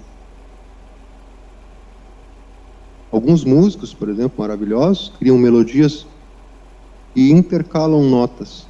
As notas só existem, e nós ouvimos elas, por causa do silêncio que existe entre elas. Se nós não pudéssemos perceber o silêncio, nós não ouviríamos as notas. Para quem estuda música, chama-se de intervalo. Intervalo entre uma nota e outra. 2 intervalos, 3 intervalos, 4 intervalos. Mas aqui na nossa conversa, se você quer sentir o teu ser, se qualquer pessoa que está nos ouvindo quer sentir o ser, perceba em si o intervalo entre um pensamento e outro. E foque na respiração. Só isso. Não tenha pressa. Inspire. Vai chegar a um limite, aí expire. Quando você foca a atenção na respiração, os pensamentos diminuem a velocidade e você percebe o intervalo entre esses pensamentos. Isso ajuda muito, Mário, durante o dia. Como se fosse vou usar uma palavrinha agora bem despertador. Compreendeu? Sim. É. Despertador, desperta, dor, né? Eu me lembrei, eu me lembrei um livro que eu li, né? Eu não sabia que ia trazer a baila aqui, né? Mas um livro muito bom. Se não me engano, era O Guerreiro Pacífico. É O Guerreiro Pacífico no título. Eu não lembro agora o autor. E que ele tinha um discípulo, né? E ele perguntava para o discípulo assim: que horas são? Aí o discípulo olhava o relógio: meia-noite. Errado. Aí o mestre perguntava outra coisa para ele: e onde é que nós estamos? Aí o discípulo até estranhou: nós estamos na tua casa, aqui na tua casa, teu apartamento, sei lá. E ele: errado. E onde é que é a minha casa? Tua casa é em Los Angeles. Onde é que fica Los Angeles? Estados Unidos, né? Estados Unidos da América. Errado. A resposta era: a hora é agora. O lugar é aqui. Então, esse momento de silêncio que tu falou, a gente tem que prestar atenção no aqui e agora. É isso aí que vai... Lógico, quem está ouvindo não sabe, né, que nós já conhecemos esses estudos, né, então a gente pode falar reciprocamente no mesmo nível, né, mas para que fique claro, né, para as pessoas, né, que é isso, né. Quando você me derrubou aquela pergunta que eu te fiz, né, se as soluções estão dentro de nós, estão fora, eu com um exemplo eu já entendi que você estava certo, né? Porque, se não me engano, até foi você que me contou isso naqueles velhos tempos, uma passagem budista, né? Que chega um peregrino num templo budista e ele pede abrigo. E lógico, né, os budistas acolhem ele, alimentam ele e dão lá um colchonete lá para ele dormir. E esse peregrino, ele ficou numa posição assim, com os pés voltados para uma estátua de Buda. E os monges tudo ficaram, né? Mas como você ficou com os pés virados para o Buda? Isso é um desrespeito e tal. E ficaram, né, blasfemando lá, né, acusando o cara de blasfêmia. Aí ele só fez uma pergunta para os monges, mas me responda uma pergunta: aonde está Buda? E aí os caras silenciaram, né? Porque há uma máxima budista que diz: Buda está em todas as partes. Está numa borboleta que voa, está na flor que você contempla, está no ar que você respira. Então, o Buda está em toda... Então me diga para onde eu devo colocar os meus pés. Então, com esse exemplo eu vi que, né, o Buda está em toda parte. Está dentro de nós, como está fora também, né? É que nós temos assim... O que a mente faz, Mário, sabe? E aí é muito útil, porque isso provém do nosso ser, né? É nos avisar como notícia. Isso que você está dizendo para ti, e está falando para mim também, que Buda está em toda parte, é uma notícia, né? É uma notícia estampada no jornal. Olha, Buda está em toda parte. Como chegar a isso? Como chegar a perceber que Buda está em toda parte? Aceitar isso como convicção é o primeiro passo. Mas como chegar a isso? Né? Como chegar a perceber Buda, né? Que ele está em toda parte. Ou que o nome que quisermos dar, porque não prendemos aqui com o nome, tá? Pode ser Deus, pode ser Zoroastro, pode ser o que quiser, né? Uma representação do divino, da fonte criadora, como eu gosto de dizer, né? Mas como chegar, né? Então, eu, lógico que tenho consciência de que nessa nossa conversa pode ser útil para muitas pessoas, mas há uma ordem para que cada um possa experienciar diretamente tudo isso que está se falando, porque não adianta nem opor e nem aceitar. Opor e aceitar fazem parte do mundo dual. Agora, quando nós, como você diz, né?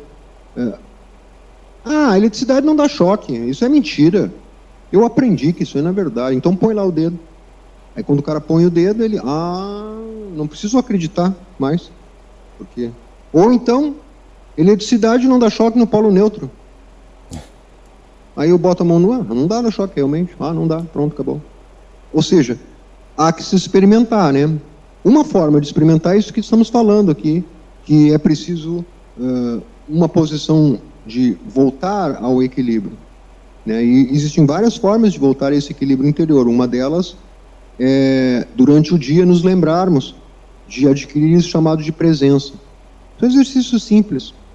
Para quem nunca fez, por exemplo, a pessoa para um segundo e olha ao redor, porque o mundo dos objetos nos ajuda nisso, sem fazer comentários nenhum sobre os objetos, olha ao redor, melhor ainda que se estamos caminhando na rua, a natureza, né? Existe um exercício, Mário, que é muito interessante e é simples. É assim, quero ver como é que é essa coisa do intervalo do silêncio na mente. Quero ver. Tudo bem que exista, mas eu tenho que sentir isso. Então eu pego a minha rua e olho, fico encostado num poste. E existe a distância, né, Mário, entre um poste e o outro. Não é verdade? Sim. Pois então, o meu desafio é chegar no poste seguinte, prestando atenção na sola dos meus pés, sem um único pensamento. Aí eu vou sentindo meus pés caminhando, apenas isso, até chegar o outro poste. E aí é incrível, porque daí você fala assim, consegui! Veio o pensamento. Entendeu? Entendi. Isso fez me E lembrar... aí a mente dispara. Isso aí Mas fez... você conseguiu. Sim. É possível. Então, pequenas tarefinhas, né? Eu, por exemplo, Mário, tem muitas coisas, como todo mundo, que não gosta de fazer. E eu descobri que muitas coisas que eu não gosto têm razões. Outras é da minha natureza mesmo, né? Mas muitas delas, a maioria, não tem nada a ver com a natureza original. Eu não gostava de lavar louça, Mário. Eu ia obrigado. Então, claro, quando eu ia obrigado, todo aquele lixo emocional aparecia. Eu geralmente encontrava uma discussão aqui em casa. E aí vinham pensamentos ruins, aquele círculo vicioso, né? Aí eu penso, mas se ele consegue fazer, se eu consigo fazer isso andando, eu vou começar a fazer lavando louça. Mário, hoje, eu posso te dizer que é um momento de oração. Se a oração significar comungar com a fonte criadora dentro de mim mesmo, eu tornei a louça um exercício de oração. Sim. Não foi no primeiro dia nem no segundo, tá? E aí vou dizer mais, quem quiser fazer isso, ou qualquer outra coisa, existem ferramentas que nós podemos usar, e não cabe aqui explicar todas, pelo amor de Deus, não haveria tempo suficiente, mas no canal que nós temos. Há uma preocupação importantíssima. Eu não digo preocupação porque, Mário, também a palavra está errada. Pré-ocupar não é bom. É ocupar-se é melhor. Mas existe uma intenção minha, da minha esposa, que é praticamente nós que administramos o canal, só publicarmos no canal aquilo que nós experimentamos em carne e osso. E que produziu em nós uma melhoria do ser real. Né? Não é aquela coisa de melhorar um dia e piorar no outro. Não, de forma contínua. Então, esses audiobooks, Mário, nós publicamos em base da nossa experiência prática direta. E é por isso que eles estão lá no canal. Então, existem diversos audiobooks lá e diversas ferramentas que vão continuar sendo publicadas, que as pessoas podem ter acesso. E nós descobrimos uma coisa maravilhosa, Mário, também, olha que loucura. Sabe como é que saiu essa ideia de audiobooks no canal? Não. No período da pandemia, logo no início, nós vínhamos assim, né? Sendo levados como qualquer pessoa pelo círculo vicioso e no sentido horrível diante da situação e vendo o perigo de se contaminar e morrer, todas aquelas paranoias. Lockdown? Não, o lockdown não me incomodava porque eu ficava em casa, minha casa aqui é muito boa, o ego gostava, mas não se travava disso, se travava da situação emocional mesmo, né? Muitas brigas, conflitos consigo mesmo, com a mulher, com a esposa e ela comigo, coisas que não foram bem resolvidas durante anos. E aí, de repente, alguns colegas com os quais nós tínhamos contato, mas que nunca conversavam sobre esses assuntos, acabávamos envolvidos em atividades oníricas, né, ou de música, ou disso. De repente, começamos a conversar via Meet Google e veio uma ideia, mas por que vamos pegar um dessas conferências aí do YouTube, que nós até conhecemos alguns livros no passado, e vamos ouvir. Mário, nós descobrimos uma ferramenta maravilhosa de atenção e concentração. E mais, a partir da ferramenta de atenção e concentração, ouvindo o audiobook que nós queríamos ouvir, nós descobrimos isso de manter a mente em silêncio. É incrível. A nossa capacidade de absorver conhecimentos multiplica vezes 10, Mário, no mínimo, quando nós mantemos a nossa mente focada ou simplesmente, no caso do audiobook, ouvindo. Aí vem um pensamento, mas ele falou isso e aquilo. Não. Volta para o audiobook. E pá. Mário, com certa surpresa, eu reli através do audiobook inúmeros livros, que não eram audiobooks do nosso canal, tá? E simplesmente eu cheguei à conclusão que eu nunca tinha lido aqueles livros. Inclusive os que tu conhece. Olha aí. Mas olha... Aí eu falei, se foi bom para mim, deve ser bom para outras pessoas. Sem dúvida. Vamos tentar? E começamos a gravar os audiobooks. O canal chegou a, hoje, quase 1.200 inscritos, com 4.300 horas de audiência.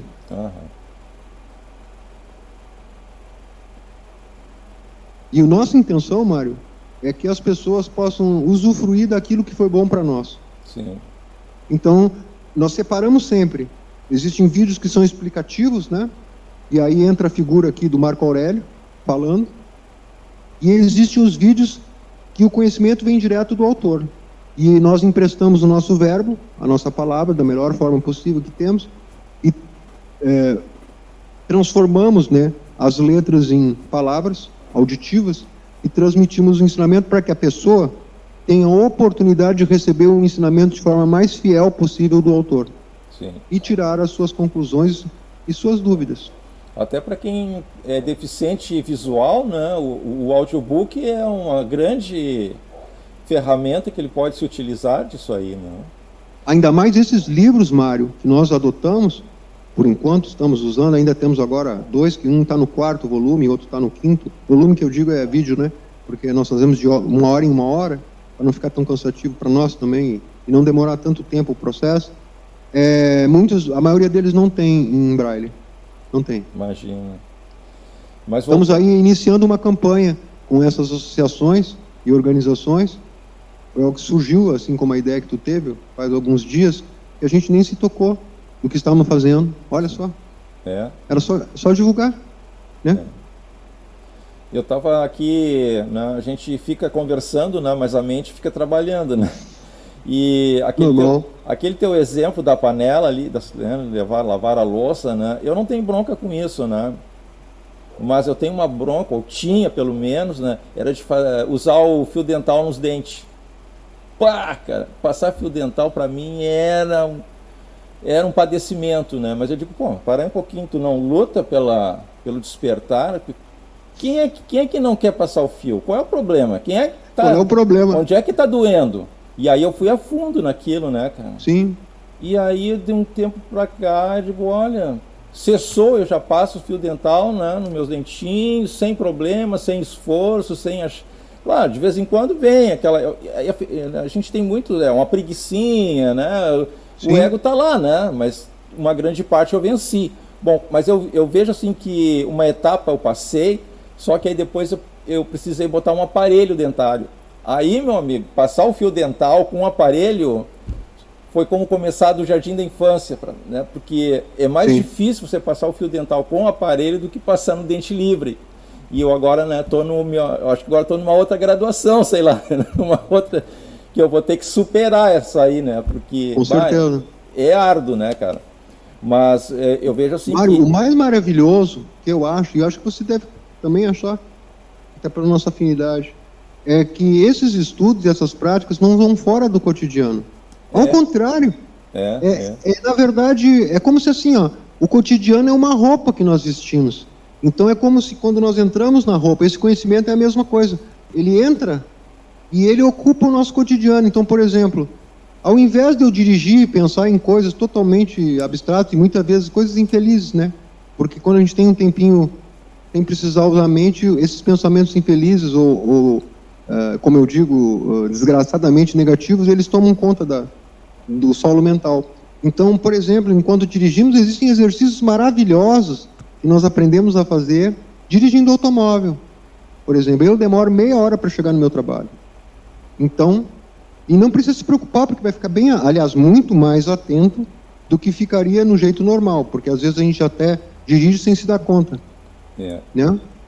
Então, existem ferramentas de trabalho espiritual que usamos durante a conversa que temos com o nosso chefe, durante a atividade, por exemplo. Eu tenho muitas atividades no laboratório, eu uso esse conhecimento prático para usar esse tempo, porque como são atividades muitas vezes manuais, né, requerem a mão, e nós conhecemos o processo já, não preciso estudar o processo, eu já conheço, a mente vai pairando, né? E aí nós aplicamos, por exemplo, esses conhecimentos, essas ferramentas, durante o processo. E aí a gente vê que maravilhoso, porque além do processo que nós estamos fazendo, sai muito melhor. Sai, tranquilo. Porque fazemos de uma forma impecável, o resultado sai muito melhor do que se você tiver um pensamento infeliz e dizer, nossa, eu estou fazendo isso aqui, mas eu preciso resolver esse problema, que não sei como é que eu vou fazer, e aquela coisa sai daquele jeito. Né? E aí, além de tudo, estamos abrindo espaço de consciência para ver o mundo e viver de forma mais plena. Para mim, não existe diferença entre o cotidiano e o aspecto espiritual. É importante que as pessoas saibam disso. Essa separação, sabe, ela é feita por alguém que não quer que nós alcancemos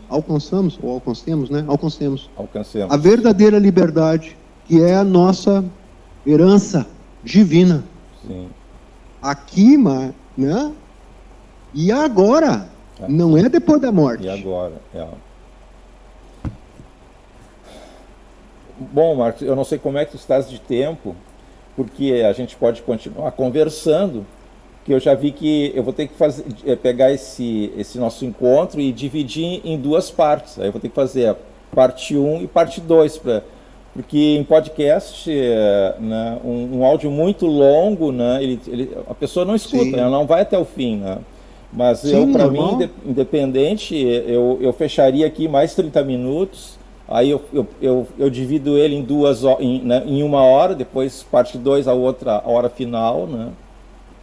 Porque eu não esperava que eu sou convidado. Eu não esperava que fosse tão bom, tão proveitoso esse nosso encontro, né? Porque esses conhecimentos, né, são fantásticos, né? E eu gostaria assim que tu falasse, né? Que vendo aqueles teus vídeos do Miguel Ruiz, né? Ele fala também na personalidade, né? E que tem uma hora assim que ele fala que as nossas ações, elas são produzidas pela personalidade. Não sei se eu entendi mal, né? Porque a gente sabe o que é personalidade já de outros carnavais, né? Sim. Mas eu queria que tu Sim. explicasse aqui o pensamento do Miguel Ruiz, né? Que na verdade a gente sabe que é outra coisa, né? Que às vezes toma as rédeas. Como é que é o caso, a visão do Miguel Ruiz quanto à personalidade? E talvez seria bom explicar para os ouvintes o que é essa personalidade, né? Essa forma de pensamento que a consciência nos propõe, porque basicamente, Mário, existem duas formas de pensamento. A do ego, que é a soma de todas as memórias que foram construídas através dessas experiências de percepções errôneas que tivemos no decorrer da nossa vida. E cada um tem a sua forma particular, o seu ponto de vista particular. Cada pessoa tem esse ponto de vista, que é limitado por suas próprias condições. E existe a forma de pensamento, ou a maneira de pensar da consciência. Então, todo o trabalho de grandes mestres foi apresentar isso de várias maneiras, várias formas. A ideia de Dom Ruiz a respeito da personalidade, ela não é diferente, ao contrário, ela é complementar a de muitos outros autores que se dedicam nessa área espiritual, né? A diferença clássica que existe é pela tradução tolteca, né? Talvez eles sejam um pouco mais atrevidos e revelam alguns aspectos que normalmente não são colocados pelos mestres ou por algumas escolas de sabedoria, por conveniência, porque não é daquela escola de sabedoria falar sobre aquilo. Ela quer focar em um determinado momento, em um determinado aspecto do conhecimento, para que as pessoas que estejam afins cheguem e adquirem as chaves, porque toda escola de conhecimento o que quer é entregar as chaves, não é entregar a doutrina, é entregar as formas da liberação de cada ser humano. E cada escola faz isso da sua maneira. Dom Luiz, como herdeiro tolteca, né, para começar, por exemplo, os antropólogos acreditam que o tolteca era um povo, tá? Um povo nascido e crescido naquele lugar. Na verdade, os toltecas fundaram a cidade de Tolteca, os fundadores, né, da cidade tolteca, de Teonaticlarro. Eu sou péssimo em pronúncia, mas eu vou tentar. Teonatical é o nome. Cidade onde os homens viram deuses. Essa é a tradução. Eles vieram de várias partes do Antigo México. E eles se chamaram toltecas, porque, sobretudo, eles eram artistas e cientistas que procuravam praticar e preservar o conhecimento antigo. Lembrem que isso aconteceu há, no mínimo, 150 mil anos atrás. No mínimo. Então, através da tradição, foi chegando, esse conhecimento se tornou oculto, por razões óbvias. Por exemplo, se na época dos astecas, em que os católicos, cristãos medievais chegaram no México com os espanhóis, e alguém apresentasse uma planta como solução de diarreia, essa pessoa era colocada num pau, colocada uma fogueira embaixo e assada, porque aquele remédio era do demônio, porque não provinha das Santas Escrituras. Então, por razões óbvias, os toltecas esconderam o seu conhecimento até bem pouco tempo. Então, Dom Luiz fala de personalidade, talvez esclarecendo, Mário, um pouco mais a respeito sobre essa questão. Hoje que a ciência, que a neurociência, também está chegando à mesma conclusão. Isso muitas pessoas não sabem, mas a neurociência está chegando bioeletricamente à conclusão de muitas coisas que os nossos antepassados falavam e que a ciência antigamente negava. E boa parte da ciência ainda nega por ignorância, porque não foi lá no laboratório olhar os exames feitos na cabeça das pessoas, no corpo das pessoas, com equipamento de última geração. Bom, resumo. Como eu disse no início, toda águia, todo cachorro, todo gato ensina o seu filhote, porque aquele gene está ali, naquele corpo, se desenvolveu como um corpo físico, e aquela inteligência precisa aprender a se comunicar nesse mundo, nessa escala vibratória do mundo físico, né?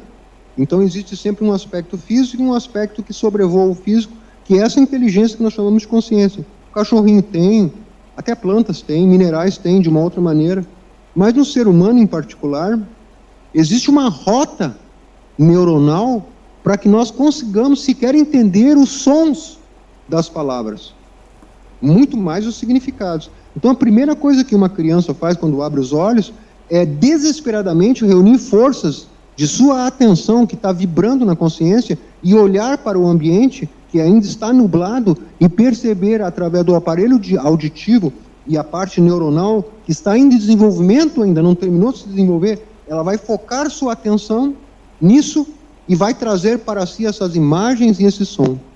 Isso é a maravilha, vamos dizer assim, é o cume do processo de desenvolvimento de um ser humano. E a partir daí, ele vai colocar sua atenção para o lado de fora e vai receber todas as informações. Mário, uma criança, quando nasce e procura o peito da mãe, quando ela consegue encontrar o peito da mãe, ali se formou uma quantidade incrível de ligações neuronais que ensinaram para ela o caminho do peito da mãe. E mais que isso, vão ensinar para ela chupar o peito da mãe. E a partir do momento que o leite entra na boca, se irradia pelo cérebro, por isso que a gente chama de sistema nervoso autônomo, novas conexões que não existiam quando ela nasceu, que vão ensinar para ela metabolizar o leite materno. E assim por diante. Esse processo é maravilhoso. Ele, antes de ser cognitivo no sentido da palavra, no sentido do significado dos símbolos, ele é biológico e biofísico. E aí, quando a criança consegue, então, visualizar seu pai, ouvir sua mãe, perceber o ambiente, ele começa a trocar informação com esse ambiente. E é natural que exista isso. É muito natural. Ele vem ávido por conhecer. E ele descobre uma coisa muito fantástica, que quando ele coloca a atenção naquilo que lhe chama a atenção, ele também tem a atenção dos que cercam.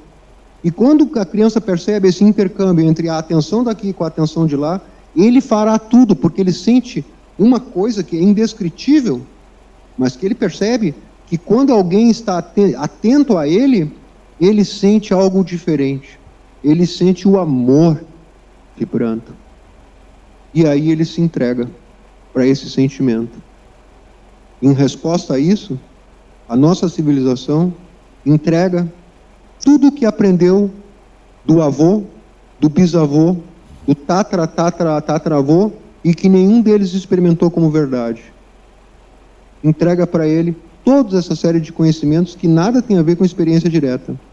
E a criança implanta isso dentro de si como verdade absoluta. Ela não sequer consegue questionar. E aí perguntaram a Tolteca, aos toltecas, perguntaram a Dom Ruiz também e outros toltecas, mas e se não houver essa domesticação? O que você acha que aconteceria, Mário? Essa é a minha pergunta também, né? Aí seria, boa, né? Para mim seria o desenvolvimento pleno da consciência, né? Mário, se não houvesse alguém apontando o caminho, essa consciência não chegaria totalmente a ser fixada no mundo físico. E ela se perderia no caminho. Ela deixaria de se desenvolver em muitos aspectos. Padrões neuronais deixariam de existir como nós conhecemos hoje e seriam criados outros que as ligariam a regiões infinitas do universo, mas menos no mundo físico. Quando acontece isso, alguém muito experimentado, alguém com muita consciência, dizia-se naquela época, um homem de conhecimento tolteca, teria que ir aonde ela está, nessas dimensões da natureza, e ensinar o caminho até o mundo físico. Então, é necessário esse processo, é um mal necessário. Por quê? Porque através desse processo nós chegamos ao mundo físico e aprendemos coisas ruins e coisas boas. A diferença que existe, Mário, e aí é bem claro, os toltecas são bem claros, tá? É que com essa fixação no mundo físico nós ficamos presos nele.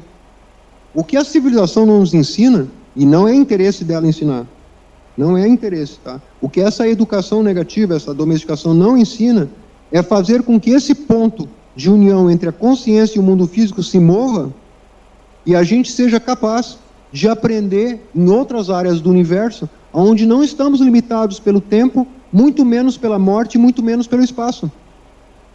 Vivemos num ponto de agulha do universo, Mário. E é isso que os mestres, ou os santos antigos, ou até mesmo nós mesmos, podemos experimentar através da meditação, porque reconhecemos esse mundo que vivemos e que estamos falando agora como uma cabeça de alfinete, comparada à imensidão do espaço infinito, com outras portas e outras cabeças de alfinete. Compreendem? Sim. Comparado ao universo, essa cabeça de alfinete podia ser comparada ao Sol, né? Então imagina uma cabeça de alfinete e o tamanho do Sol. A quantidade de dimensões e de mundos e de possibilidades de conhecimento que a nossa alma tem disponível é isso, é infinito. E infelizmente ficamos presos na cabeça do alfinete. É isso que os toltecas vivenciaram na morte. Essa morte, entre aspas. E quando eles se deram conta disso, perguntaram: por que vamos esperar morrer para chegar aí? Não, não, não. Vamos experimentar isso aqui e agora. Yeah. Vamos lutar para experimentar isso. Somos chamados, Mário, a ser borboletas.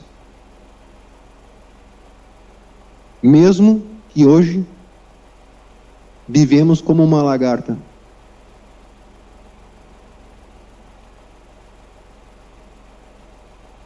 No casulo. Às vezes nem no casulo. Porque o casulo é o intermediário, né? No casulo já está a coisa feita. É só uma questão de tempo. Sim. A lagarta vive comendo plantas, né? Ela não tem consciência disso. A diferença do ser humano é que pode-se ter consciência disso. E a maravilha disso tudo, Mário, é que a nossa mente está educada para ver passado, presente e futuro. Senão, a coisa entra em parafuso. Sim. Mas existem outras partes nossas que estão totalmente capacitadas para perceber que enquanto a lagarta vive, a borboleta também vive. Ao mesmo tempo. No mesmo lugar. É isso que é nos mostrado. Sim. E que, sendo lagarto, quanto mais você descobrir sobre a borboleta e mais realizá-la dentro de si, ela irá voar dentro de você. Isso não são palavras bonitas, Mário. E os nossos ouvintes têm que saber disso. A nossa alma foi feita para ser livre, não foi feita para sofrer por salário mínimo pequeno. Não foi feita para andar quilômetros até o trabalho, não foi feita para passar fome e frio e não ter o alimento que comer. Nossa alma foi feita para ser livre e ocupar um corpo digno. Só não ocupamos porque não descobrimos que estamos ajoelhados. Ajoelhados de frente da imagem que nós fazemos de nós mesmos, uma imagem falsa. Quando descobrimos o ser dentro de nós, não há mais impedimento. Isso pode demorar um tempo, e não importa. Porque é na jornada que aprendemos o caminho.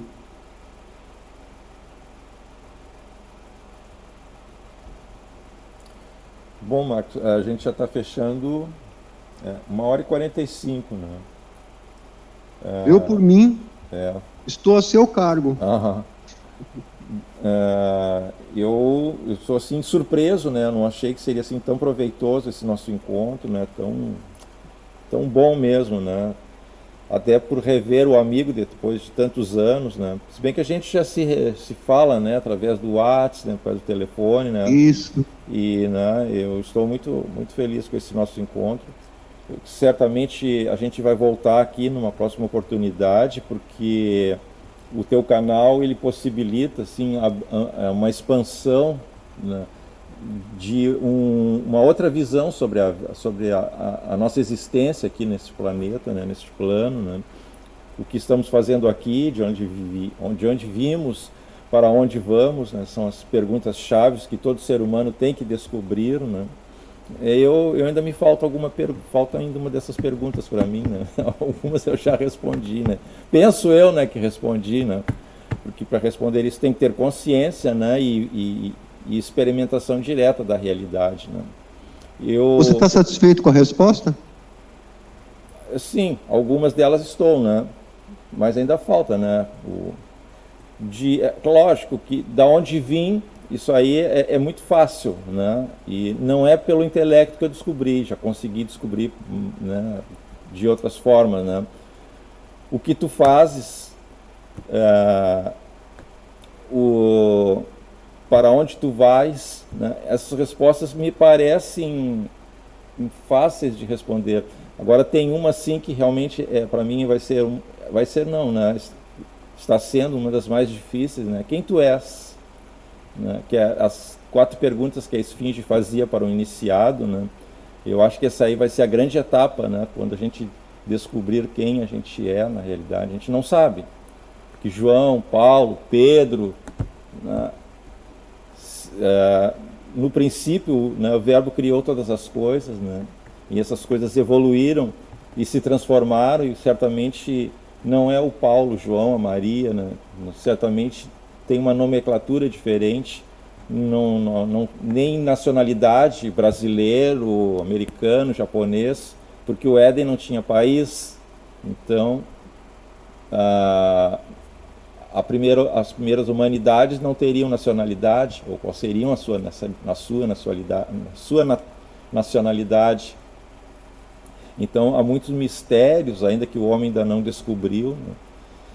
Mas estamos na caminhada, né? Estamos aí na luta, né? Porque a gente não deve se contentar, né, com tudo isso que a gente presencia, né, atualmente, né?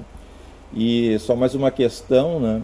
Eu vejo assim, né, um certo mestre falou, né, que é muito difícil o robô duvidar do programa.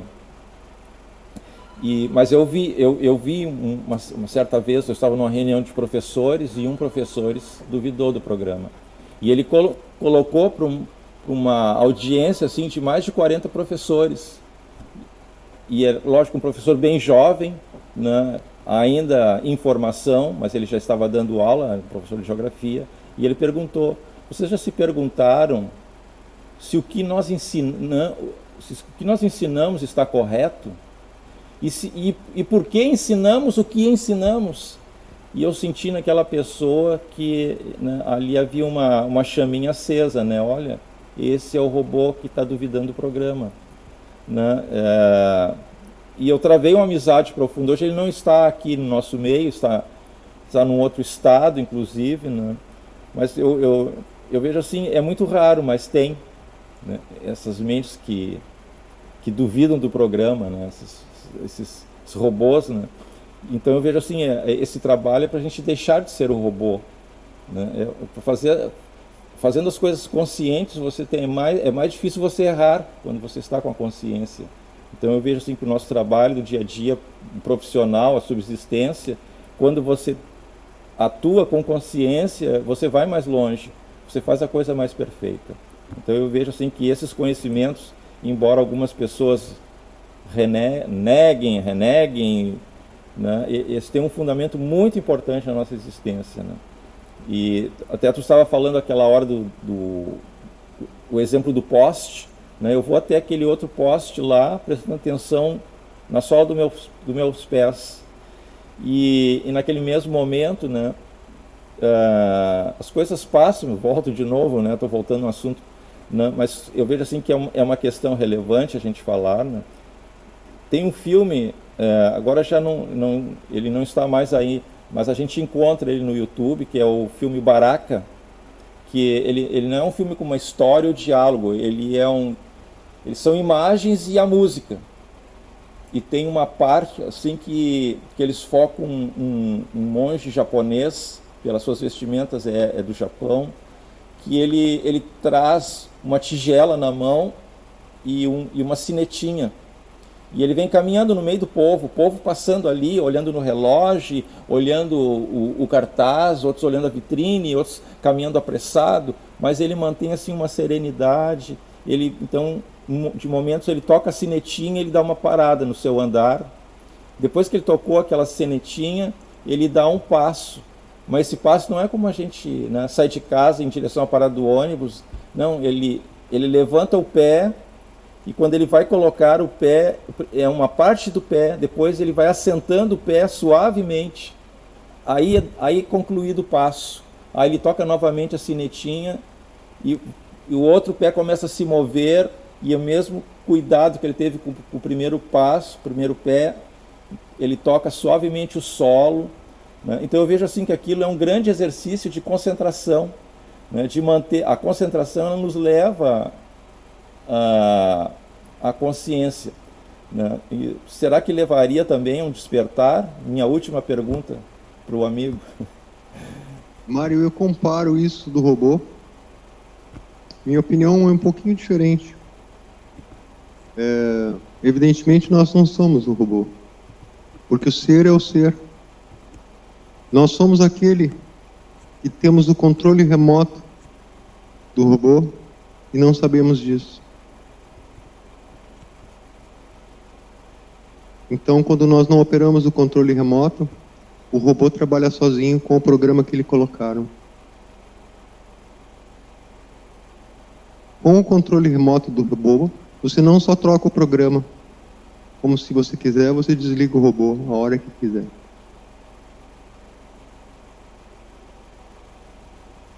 Esse despertar, é isso que significa o despertar. Não é despertar no sentido de perceber que é um robô, não. Nós não somos um robô. Nós somos o ser. O robô é algo fora de nós. É uma segunda natureza. Quando despertamos, percebemos que temos o controle remoto nas nossas mãos.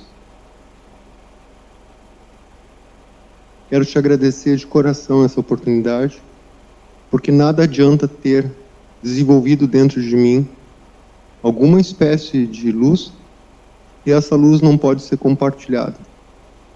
E você permitiu que isso chegasse a muitas pessoas nesse momento.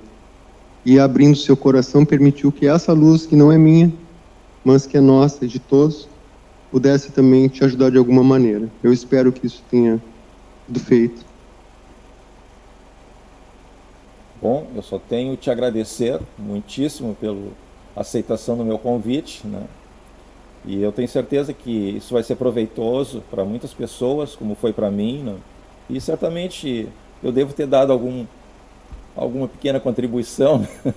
Com certeza, Mário. Para mim, foi total. Então tá. Mas, todos nós aprendemos. Sim. Então, meu agradecimento para ti. E eu quero também agradecer aos ouvintes, né, os inscritos, os participantes, os curiosos, os seguidores do canal, né, meus agradecimentos por terem chegado até aqui essa entrevista e esperando que possamos nos encontrar numa próxima oportunidade, que um dos propósitos desse canal é isto, né? É ajudar as pessoas na sua parte psicológica, na sua parte interna, porque já dizia um antigo filósofo, né? Um filósofo grego, agora não me fugiu o nome, né? Existe uma frase bem antiga, né?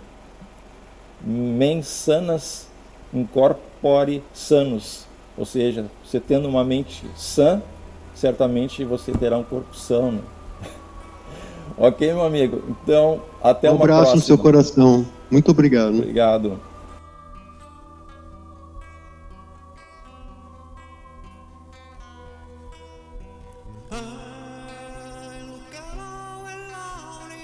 people.